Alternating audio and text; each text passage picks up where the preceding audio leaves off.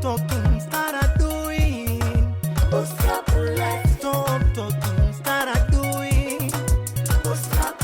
You're looking to be more creative and innovative? Hearing the beats. And one of the keys to unlocking your potential is an entrepreneurial mindset. I like to say permission granted. No one is successful overnight. Keep on keeping on. Good morning, good afternoon, good evening, wherever you are in the world, and welcome to day 13 of 31 Days to PADITU. Thank you for being here. I'm SEAN GRIFFIN, and we keep expanding our reach. Today we are broadcasting live on LinkedIn and Facebook, soon to be YouTube, making it easier for people to access the putting a dent in the universe wisdom and knowledge that we are sharing on this show. We've been getting a lot of questions from people, our audience, our community around how do I get positioned to sell? How do I sell? What do I have to do to get my mind aligned to be able to start creating revenue? So today I'm going to talk to you about something I do called dialing for dollars. For those of you who might be of the older age, may remember and grew up in the Bay Area, San Francisco Bay Area, may remember a show back in the 70s, early 80s called Dialing for Dollars. Picked up on that, and literally it's what it sounds like. I'm dialing for dollars. I'm calling people, asking them for work, seeing if they know anybody who has any work. In this case, it might be emails and text, not so much dialing for dollars, but I'm going to use this as an example.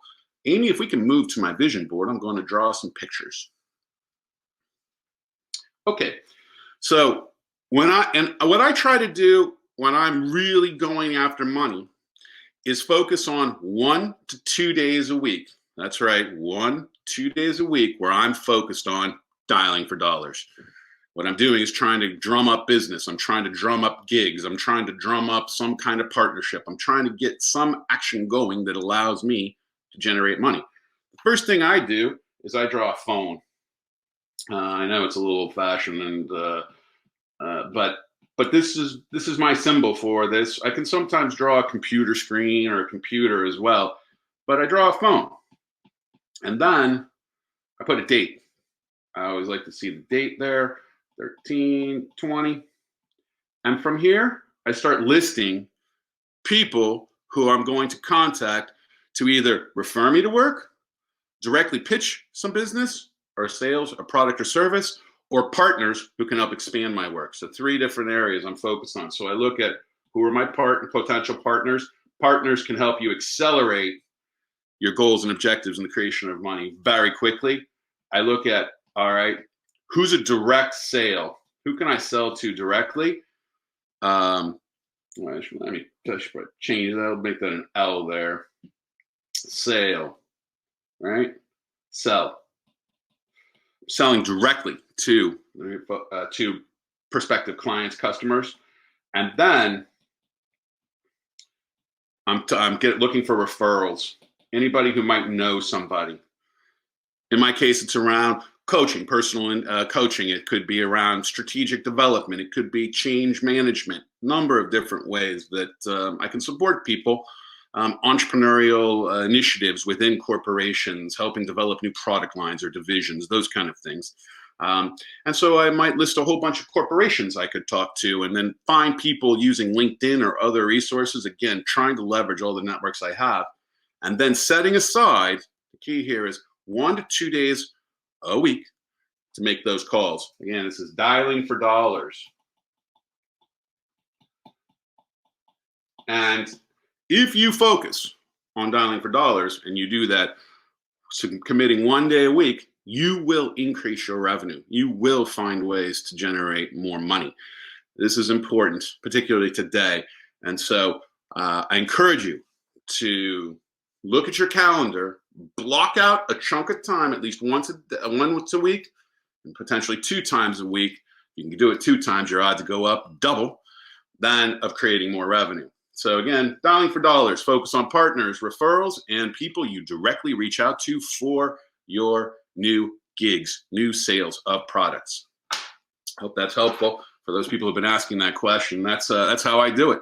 Again, it's important to commit that time to making those sales. If you don't commit that time, other things will distract you, as you all know. Things move, the day takes you away, and all of a sudden you're sitting there and you didn't make one call or one email or one outreach for new work, new revenue. And don't let that happen. Find a way to move yourself to action.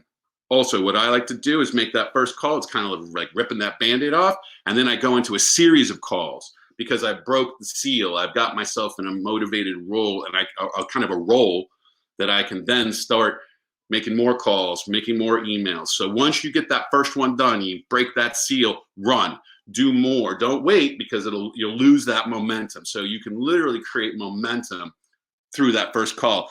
Even if it's a no, you can always ask them, do you know anybody else who might like these services? So it's all, a no is one step closer to yes.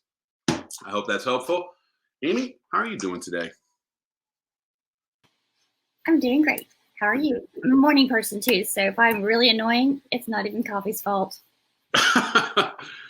You're not a morning person? No, I am a morning person. Oh, okay, good. If I'm just how you are. It's not even coffee's fault, because I'm just a morning person. All right, I got you. Well, do we have any questions? We have a guest. I see we have Star Hargrove here. Are you doing, Star? Norman, shout out to you, buddy. Always good to see you.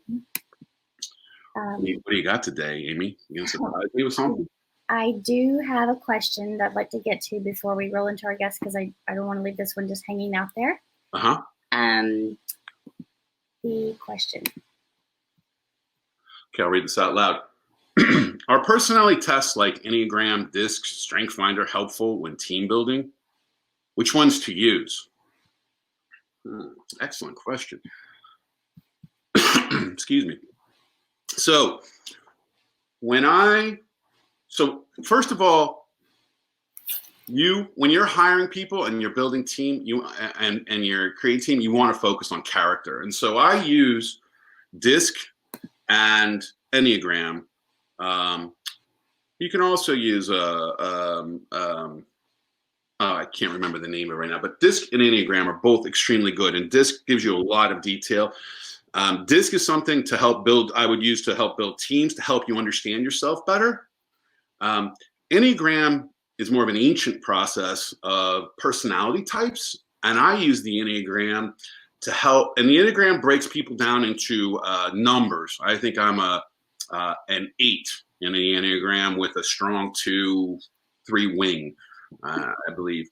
And so what that means is each person is assigned a number, and then their personality is within that number and is described. And then there's other personality types that may be stronger or not stronger. I use the Enneagram to help me understand how to work with people. So if I'm having a challenge with somebody, and let's say they're a 2, which would be somebody who would be highly introverted, in deep thinker, completely opposite of me. I make them uncomfortable. I have to learn how to change my behavior to meet them where they're at. And the Enneagram helps me, particularly with people I might be having a challenge with in terms of collaborating and working together. The key is I'm taking responsibility for the behavior. So I realize I have to change. They're not going to change. I have to change. So the Enneagram helps me understand how I can show up better for that person, for them to be able to interact with me in a more productive way. So I use the Enneagram for personal growth, and then how do I interact with people?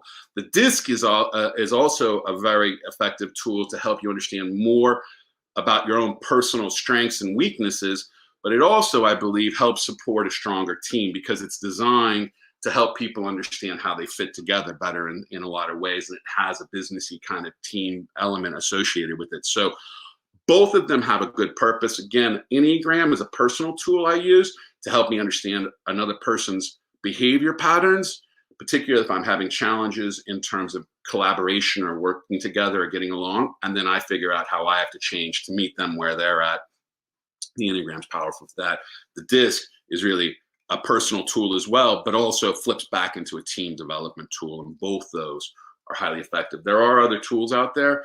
There are lots of tests you can take online as well. I think that the outputs and reports are of varying value. I would find somebody who is a DISC specialist, someone who's an Enneagram specialist, and that's how I learned. I learned from Alice Fenton, trained, certified in Enneagrams, who helped me understand how to use those tools years ago. DISC is another one where there are more detailed reports that you can get, and there's a lot more information to gather paying money versus the free version. So if you're really serious about building your team, I would definitely invest in working with someone who understands DISC, who can help advise you on the DISC and the outcomes, and then how to build your team, as well as the Enneagram, because they can be quite, even today, I'm still learning tons about myself and then about these tools, which are highly effective, very accurate, and worth the investment to grow and improve. I hope that helps. Amy, back to you. Okay, we have a surprise guest. Well, it's not a surprise to me. And if you've not been on social this morning, which I know you probably haven't, I have. You have? Yeah. I got up early. Kind of know. Oh, okay. Well, I'm gonna go ahead and then all right, bring him up. Okay, here we go. Carlo. Good morning to you, sir. Morning. How is life for you these days, Mr. I do 10,000 things at one time? It's really good. I'm working from home, as most people are these days. And it's funny that you say doing 10,000 things at once. I've,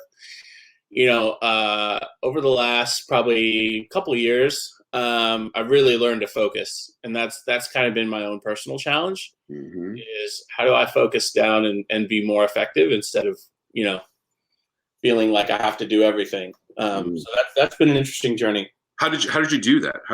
Let's back up. So yeah. Carlos, you and I, for everybody out there, you and I have worked together on helping grow Tulsa, Oklahoma's entrepreneurial ecosystem going way back.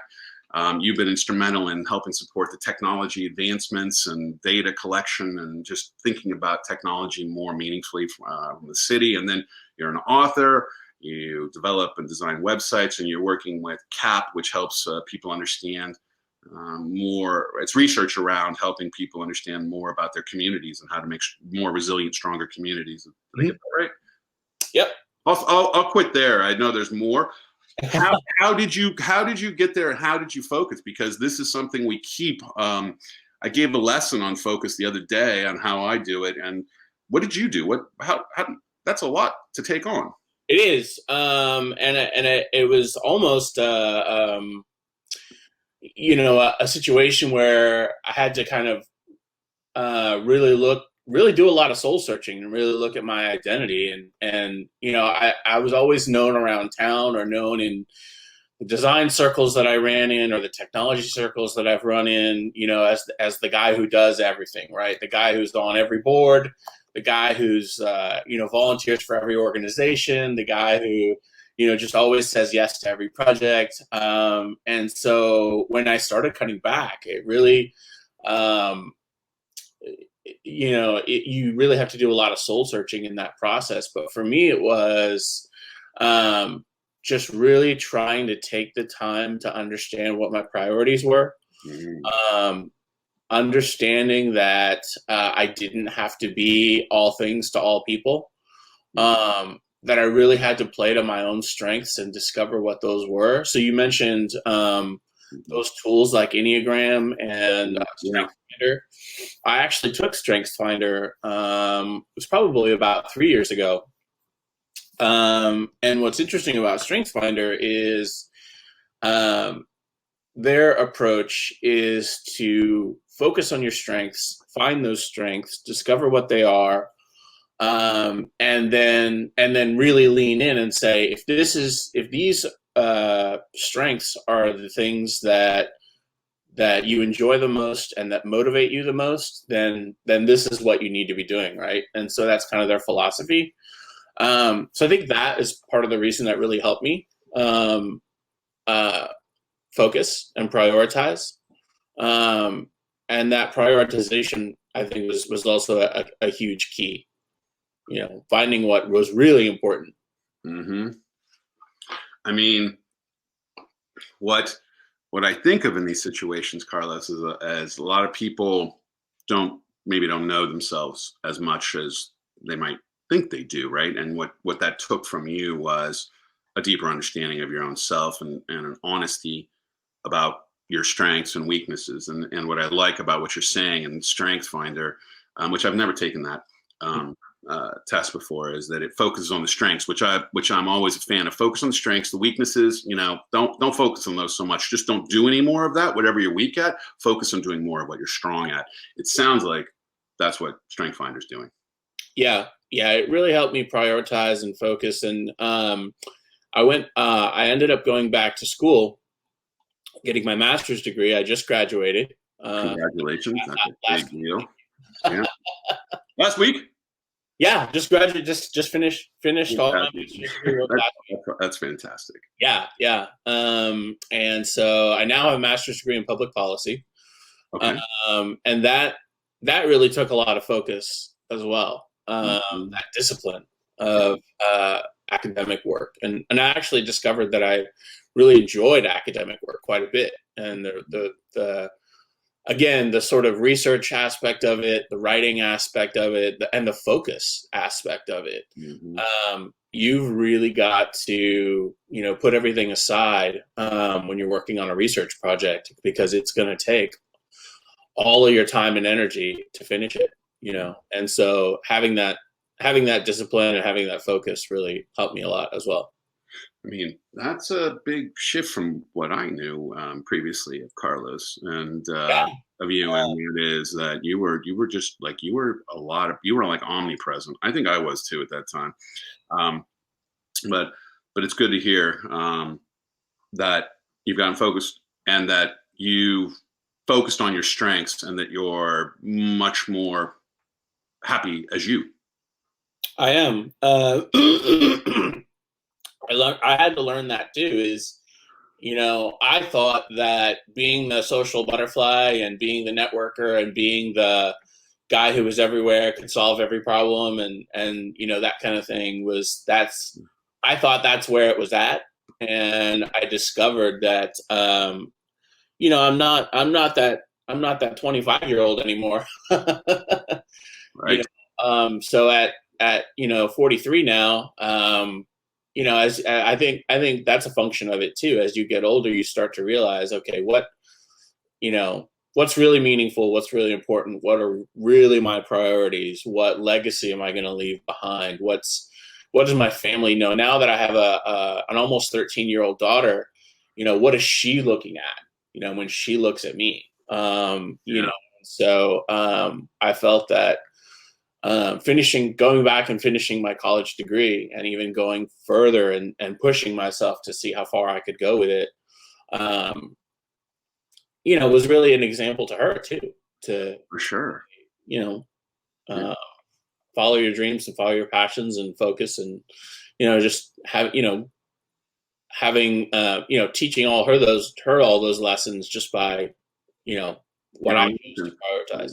Yeah. I mean, kids change your life. I didn't know that until 18 months ago. Right. But everything changed. Everything.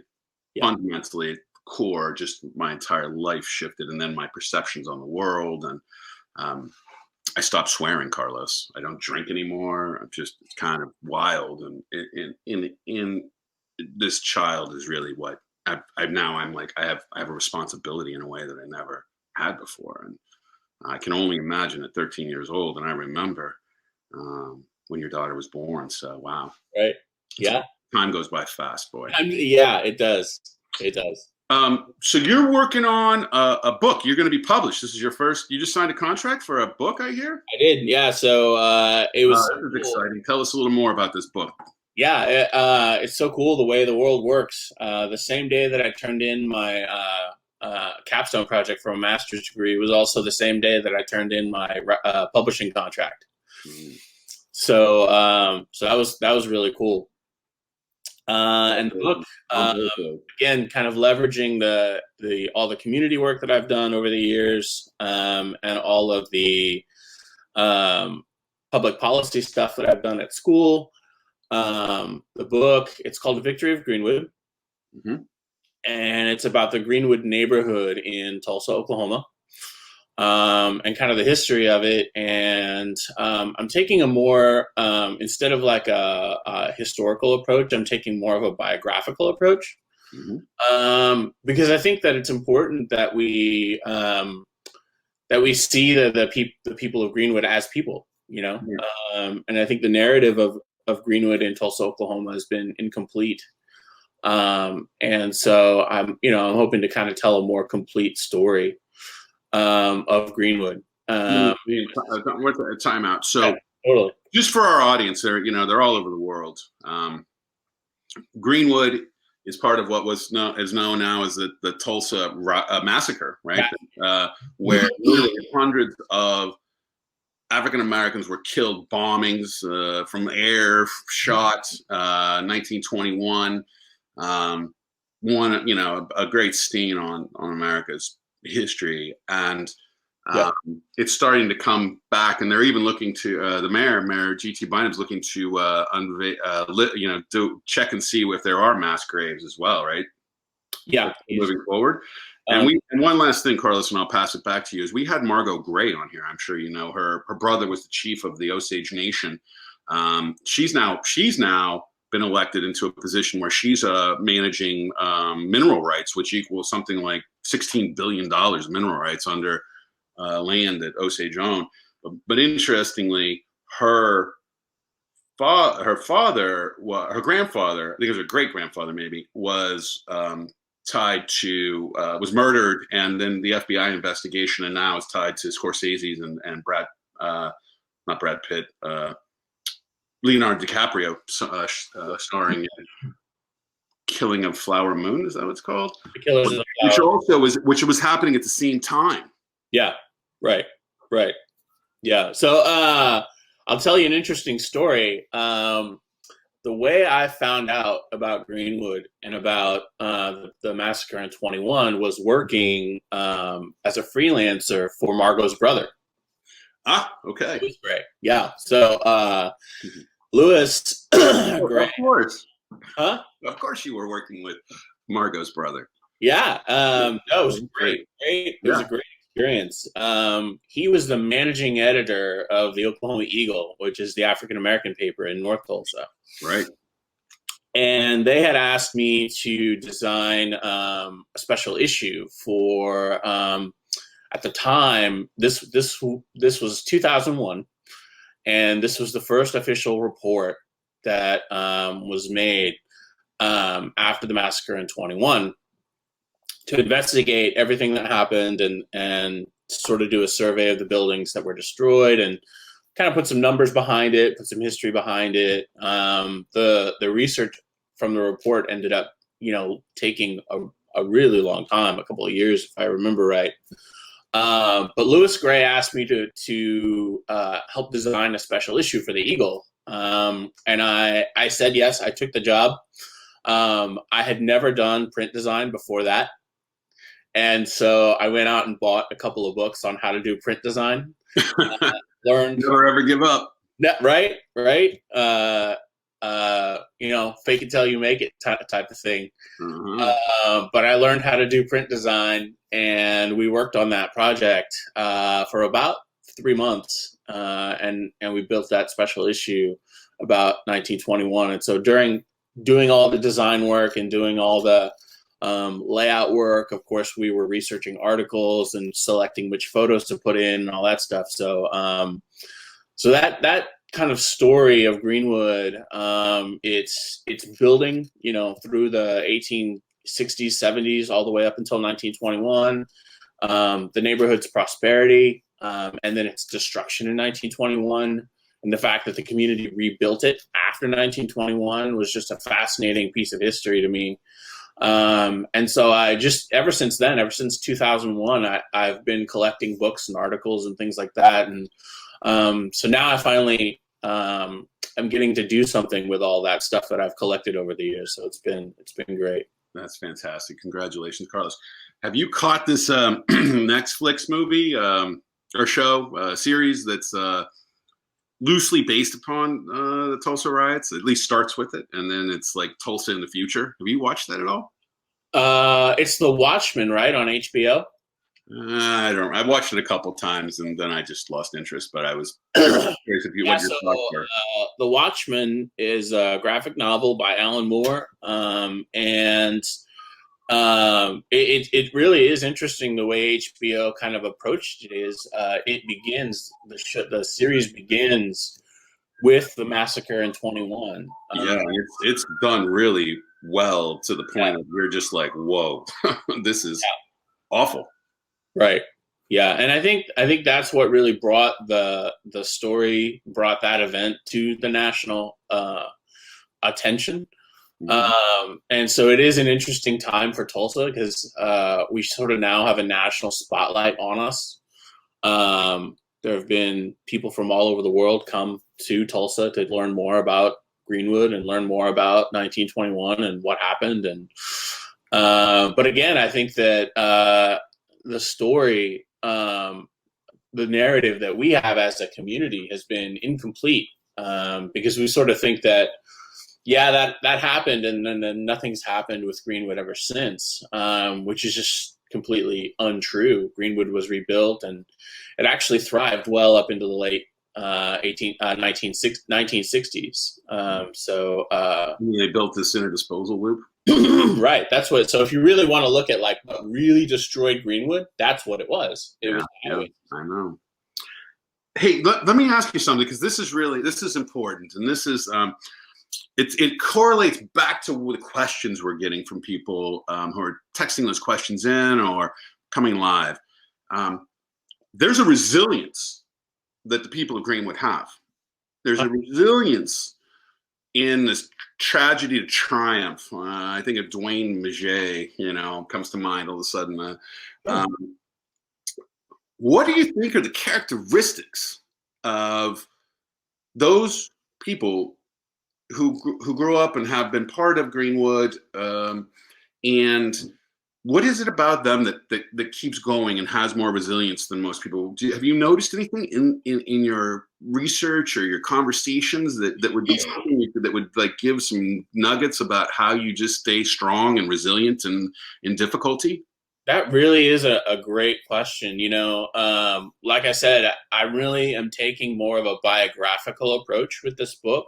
Mm-hmm. I was inspired by another book called Black Fortunes, and it's written by Shamari Wills. And he tells the story of the first African Americans to reach the status of millionaire after the Reconstruction. So we're talking about after the Civil War. The African Americans were freed from slavery. So after that time, who are the first six African Americans to reach the status of being a millionaire? So in 1860, if you're a millionaire, that would be the equivalent of being like a multi-billionaire right now, right?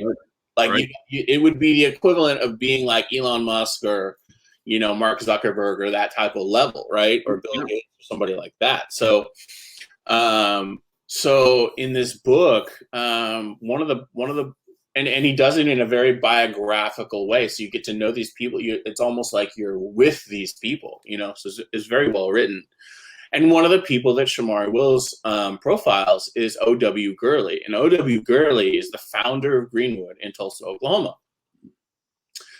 And what I find interesting about the story of O.W. Gurley is he took every tiny little advantage that he had, and he was able to leverage it to get him one step further to his goal. So I'll give you an example. He ended up being assigned to work under President Grover Cleveland's administration. And I think he had like a position at the U.S. Postal Service, right? It wasn't any big deal, right? But just the fact that he worked for the president gave him a lot of, I mean, today we would call it street cred, right? Mm-hmm. You know, so he wasn't just any random person. You know, he had on his resume, you know, I've worked for the president, right? Yeah. So he was able to take that, and during the time of the land run in Oklahoma, he was able to buy his 40 acres because he knew exactly where to be, exactly when to be, the forms to fill out, all that stuff, right? Because he had worked for the administration that had created all that. Right. So he just took every single little nugget and leveraged it to his advantage, you know, in order to like get one step further. There's another profile that I have just finished of Mabel Little, and her father, if I'm not mistaken, he inherited a cow. That's a big deal. But he was able to take that cow and just keep building on that inheritance. In that time, that was wealth, right? Yeah. So you take one cow and you use it, you leverage it to build your farm, and and just keep going one step further. Still the same, man, in Africa and other countries, and I'm sure in some parts of America where it's more rural. So yeah, cows are a great asset. Yeah. And so then, then over time, he was able to kind of build up his wealth, and Mabel Little learned from that, and she did the same thing. She came to Tulsa with $50, she came to Tulsa, Oklahoma with $1.25 in her purse. But there again, if you look at Mabel Little's story, she was able to take that $1.25 and find a job, save a little bit of money, she bought a 3-room house. And then her and her husband, one house, he had a shoe shine business, 1 room. And then the other room, she had a hair salon. And then they lived in the 3rd room. Right. So even just that one little house that had 3 rooms in it, they were able to leverage that. And how do we build on it? How do we create more from what we have, And so the more I look at all the stories of the successful people in Greenwood, I kind of keep finding that over and over again. No, it's extremely entrepreneurial. Period. Yeah. For our audience, I mean, there's a mindset that's different. Yeah. In people of Greenwood than other places, and I've noticed it. I fully believe that.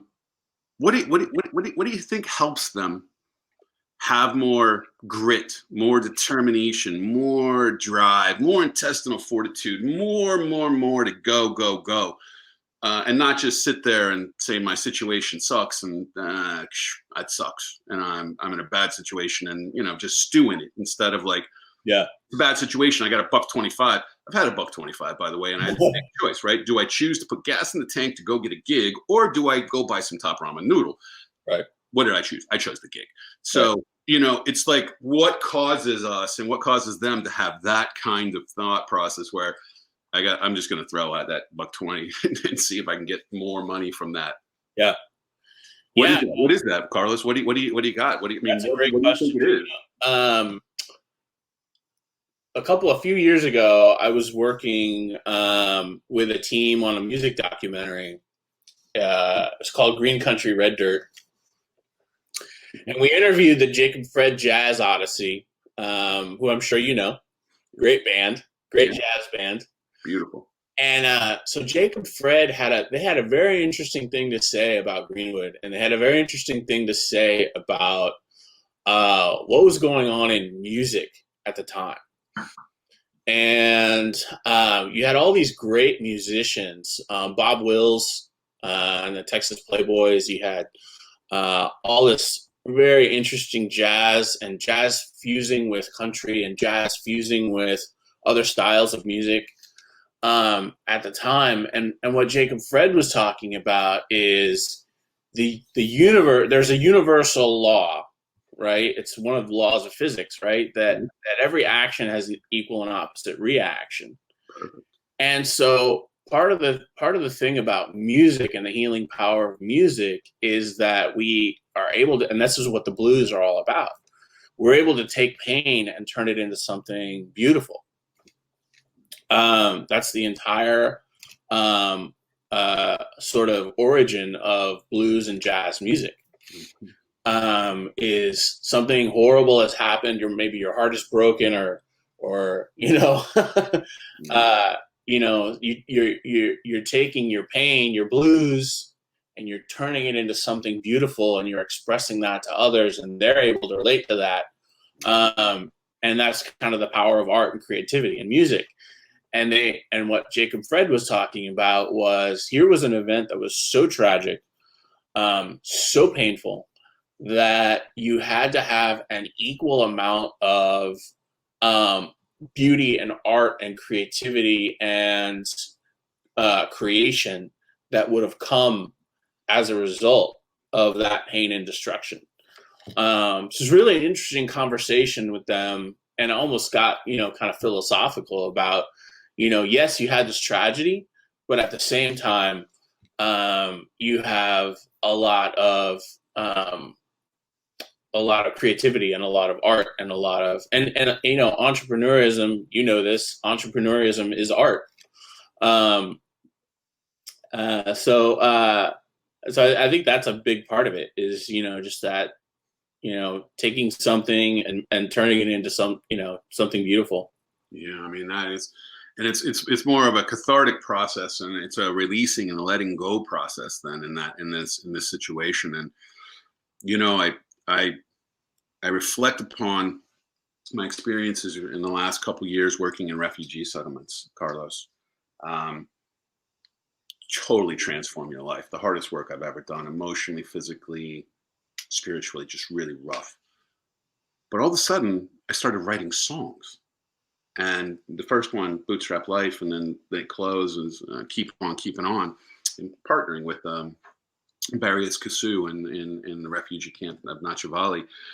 And what I realized talking to you is that it was a cathartic process, because I was so moved by the realities of what the most underserved people on the planet are having to go through. And so the process of writing the song actually may have been more of an exercise of letting go the pain that I was experiencing with those people. Fascinating. Yeah. And so all the songs that I'm hearing in my head right now are different, because that was a process for somebody to let go. Mm-hmm. Yeah. Yeah. And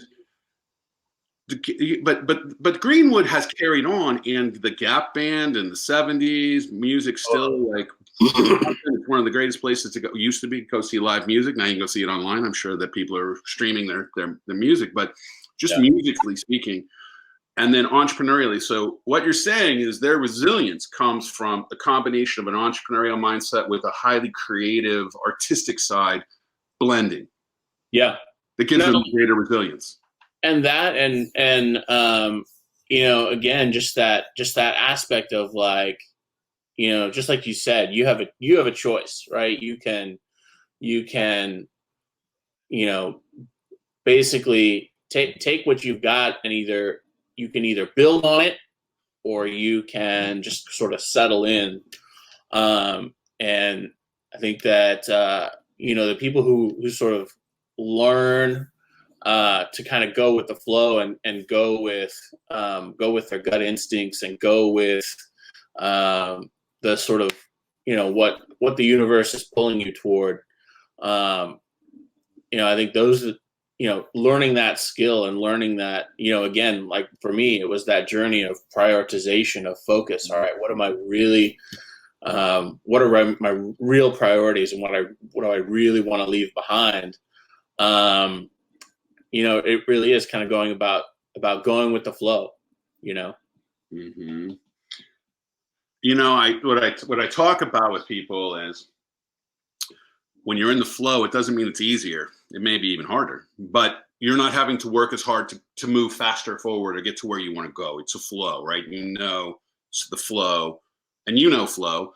Yeah. Versus not, because I've been in situations where I'm banging my head against the wall and banging this way. bang it against the wall, and I'm like, why isn't this working? And then it's right there in front of me, but I'm so thick-skulled sometimes I can't see it, and then I'm not in the flow. Yeah. So I've got some techniques that I use. What technique do you use to make sure that you don't get distracted or ignore the flow when it shows up, and you know that's the direction to go, even if it's not the direction you've been going? How do you get yourself into a flow? Well, I think part of it, there's a I'm gonna see if I can try to remember the title. I think it's The Art of Doing Nothing. Mm-hmm. The Art of Doing Nothing. There's another book by Jay Ogilvy called Golessness. Yeah, it's another. There's another book by Jay Ogilvy called Golessness, which is a similar type of. And so the premise of it is that all of our lives are just so chaotic and busy, and just we've got text messages and emails and Facebook and social media and websites, and we got all these things to answer. And I think that it can really be distracting, right? So I think that we have this kind of impulse that we think that if we keep busy, it'll be more productive. And I found it's actually the exact opposite. When I slow down, when I make room on my calendar, and I do this, I actually, in my Google Calendar, I'll block off time, and like, this is time to read and reflect and just think, and not be working on a project or thinking that I have to, answer 100 emails. So it is important, obviously, to structure time to be productive, but I think it's also just as equally important to set some time aside to really be reflective as well. And I know that's helped me a lot. And I think that sort of helps you kind of ground yourself again. And what better time to go slow to go fast than right now? Because we can all slow down. I think, you know what I noticed though? And I'm always the one where there's chaos, it's a whirlwind, and I'm just like completely still, right? It's calmness in the storm. And, and this show, I believe, came to me in this concept where we're exploring here, and this adventure that, thanks for being on with us, is a direct outcome of slowing down, being quiet, reflecting, meditating. I was following Deepak Chopra's 21 Days of Abundance meditations. By the way, I'm doing them again. They're really fantastic. For anybody out there, they're just wonderful. And it just awoke me to. I woke up one day. I called Amy. Okay, Amy, here's what we're doing. And it was that slowness that awoke this new opportunity. The challenge I find within this, Carlos, is now I've ramped it up again. Okay, now it's busy time again. Yeah, and which is nice in some ways, but it's balancing it in some ways as well. I think, and we won't go into that, but the notion that you're pointing out, this whole idea of slow it down. Listen to your inner voice, right? That's what you're saying. Listen to your inner voice. It's working. Your subconscious is working for your best interest to help you be more successful. So here's the question: how do you listen to that and act upon it and not ignore it? Right? I know that it's too easy just to ignore it. Like how do you not ignore that? Yeah. People hear it. I know. It's like people that hear it and then they're like, no, I can't do that. And then they're back to just doing what the regular routine instead of taking bold steps and following that intuitive hunch that's going to help you, fulfill your life with more meaning. Yeah. I think for me, a big part of that is sort of getting out of my own head, right? So you have your focus time, you have your time of reflection, in your case, meditation, yoga, whatever works for you, prayer. I find that gardening really helps me a lot. Nature. turn off all the devices and go outside and get my hands dirty, literally. Yeah. And when you're working in a garden, there's nothing there. It's just you and the plants and the animals and the bugs and the worms and all that, so that helps me kind of calm down and slow down. But then how do I take the lessons from that? Take action. This is the key. I think everybody gets them. I find for me that I rely a lot on my friends and family for that.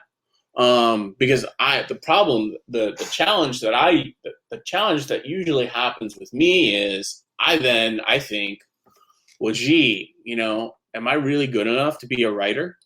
Am I really good enough to have a master's degree? Am I really good enough to work on this grand community project that's going to help, feed 8,000 people? Which we did through Code for Tulsa, one of the projects, the community projects that we worked on. That's I get in my own way, and I kind of get into this headspace of like, well, I'm not good enough to do that. Even if I might have the idea, I think, well, I'm not the guy to do that. I'm not good enough or smart enough or whatever enough. But I find that as I talk to friends and tough family and kind of get their perspective and I get out of my own head, that's when I'm able to say, okay, well, maybe this project really is possible, and maybe I can do this, and maybe I can build a team around me to work on this. And my master's degree project was a team project, and even this book, Meg Sutherland is helping me edit, and Patton has been a great advisor for me on the book, a great mentor. And the book is being published by All Souls Unitarian Church. So the head pastor there, Marlon Lavenhar. I don't know if you remember. Marlon's still there. So say hi to Marlon when you see him there. Yeah, I will. So he's got a great, sort of sounding board. So the more people I have around me and that sense of a team, then I get to a place where, I know, okay, there's other people that've got my back. There's other people who believe in me, who want me to succeed, who are helping me, and who are filling in the weaknesses, right? So I'm focusing on my strengths and what I find that I enjoy best and do best. But then the things that I'm not good at, I've learned to sort of, bring people on to the team that can help me fill in those gaps and make that project successful. It's beautiful. I mean, we did an exercise earlier, what holds me back and how to overcome what holds me back. We get a lot of questions from people around this, right? One of the first things I was saying is, you're not good enough. Like, I get that sometimes too. Historically, not so much now, but it's because of practice, right? Mm-hmm. And so how many years have you been practicing that you are good enough and you can do it? Not to sound too much like Small on what is that guy on Saturday Night Live, but like, what do you like? My mother was on. My mother's been coming. It's going to be on every Sunday. She was on last Sunday. Insight from Sean's mom, fantastic. Next Sunday, you don't want to miss it out there. She's giving affirmations, and my mother is the affirmation queen. Like, it's all over the house, and she trained me. I've got sketchbooks. They're like, I'm 9 years old. I'm writing affirmations, right? And it reprograms your brain. What affirmations are you telling yourself to overcome that untrue belief you have that you're not good enough, that was taught to you when you were much younger, and it's not accurate at all, right? How are you overcoming that limitation, or what's holding you back? What do you say to yourself? That's interesting. For me, what works for me a lot is reminding myself of who I'm doing this work for. Mm-hmm. And again, sort of getting out of my own head, and trying to focus on the bigger picture. Who am I doing this for? Why am I working on this project? Is it, whether it's something, I've done a lot of work in the food security space, trying to make it easier. If you know anything about the U.S., it's enormously difficult to apply for things like food benefits, or WIC, which is a program for women, infants, and children to help mothers raise their kids. But these government benefits are incredibly difficult to apply for. And a lot of the work that we do with Code for America is try to make those processes easier. And in those difficult times when the work gets hard, or when we're running into a problem, or we're running into a challenge, or we're running into something where we think, we can't do this, I always kind of try to go back to, like, who are we doing this for? Who's really benefiting from this project? Who's and I try to think about them as much as I can. And I find that that's what really kind of moves me forward, keeps me going, helps me kind of get those breakthroughs. I love you, Carlos. I'm just reminded of that because you are putting a dent in the universe. You're an actual example of PADITU in action. And one of the reasons we get along so well. And you're always working to improve yourself and then help other people along the way, which is just so commendable, and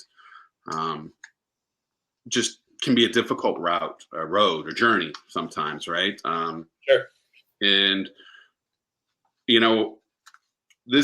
had a similar discussion with Mortaza Zaidi. He's like the Elon Musk of Pakistan. Been working with him for years, building the ecosystem there in Pakistan, and he's just a great friend like you. But I was asking him he starts up and he runs a lot of businesses. He's got a lot of businesses. He just started some hotels. He's running a electric car company, all challenging right now. But one of the things I was asking him, I'm like, what is it that's driving you to do all this? Why are you doing this? And what keeps you going?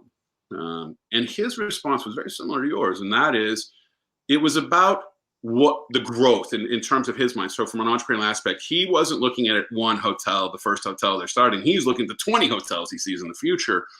In your case, it's the hundreds of thousands of women and children who benefit from an easier process to submit for their WIC support. So there's something to this, because I do the same. Anytime people get crazy around me, I'm like, well, we could go here. And they're like, shouldn't we focus on right here first? I'm like, sure, but we can go here. It drives me. It motivates me. I realize, I'm realizing. So what do you have similar motivations, like with your book, and you're like, what's your imagination like? It's your first book of many books, or do you have a similar instinct and mindset that says it's not about the money as much as it is about the impact, the growth, the thing I'm doing? I'll pause. Yeah, I hear you for sure. I mean, we've talked about, man, we need to make this into a podcast. We need to create a documentary film. We need to create this. We need to do that. We've had all these sort of branched out, ideas, and I keep kind of, again, coming back, so who is this book for? Who's really going to benefit?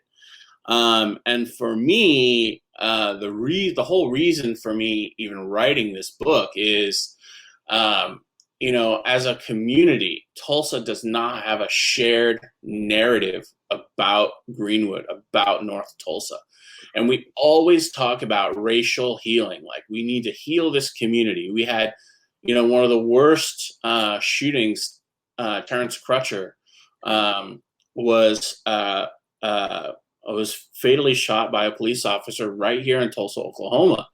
And again, Oklahoma kind of put itself into this national narrative of what is happening with these police shootings, and so then from that, everybody started talking about, well, we have to heal this city. We have to heal our racial divides and things like that. And I kept coming back to this idea of, if we don't have a shared narrative of our own city, then how can you even start the conversation of healing when the white community has one story about Greenwood and the black community has another story about Greenwood, and they're not the same story? I know. Right. So, I don't have any sort of, delusions of grandeur that my one book is going to heal all of Tulsa. That's ridiculous. But the one thing I can do is, through this book and through these biographies and through the stories of these people of Greenwood, what I can do is shine a spotlight on the truth and what really did happen in Greenwood. And then people can do with that what they may. But until the truth is out, I think we're not really going to make a lot of progress, right? And so for me, it's narrative, it's telling the truth, and it's unveiling this story that for the most part, Tulsa does not know this history of this community.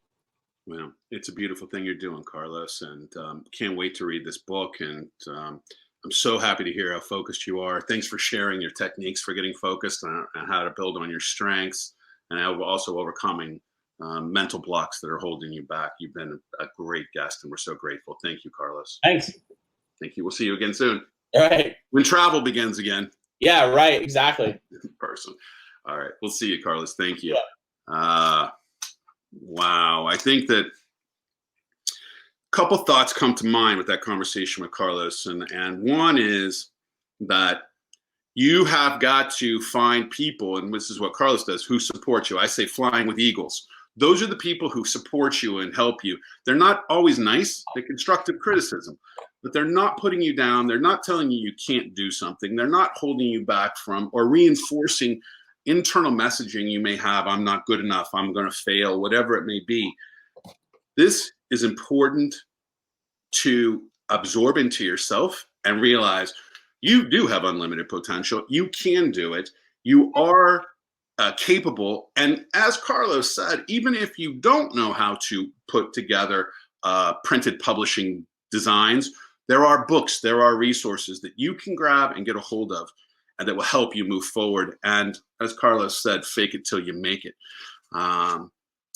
So I don't believe anything can hold you back. I believe you work with what you have, even if that's $1.20, one kwacha, doesn't matter what it is. Whatever you've got, you can build upon and move forward with. That's our show for today. I'm going to check this off. Thank you for being here, Carlos, and inspiring us as you have. We're checking it off here, day 13. We're almost halfway through 31 days to PADITU. We'll be back tomorrow, and possibly we'll confirm on LinkedIn and YouTube in addition to Facebook. So we're expanding our reach, and we'll be back same PADITU time, same PADITU place. See you tomorrow. Thank you. You got to never ever give up. Keep it up, keep it up. Never ever give up. Keep it up, keep it up. Never ever give up. Keep it up, keep it up. Never ever give up. Keep it up, keep it up. Griffin walks for life. Believe in yourself and you'll go far.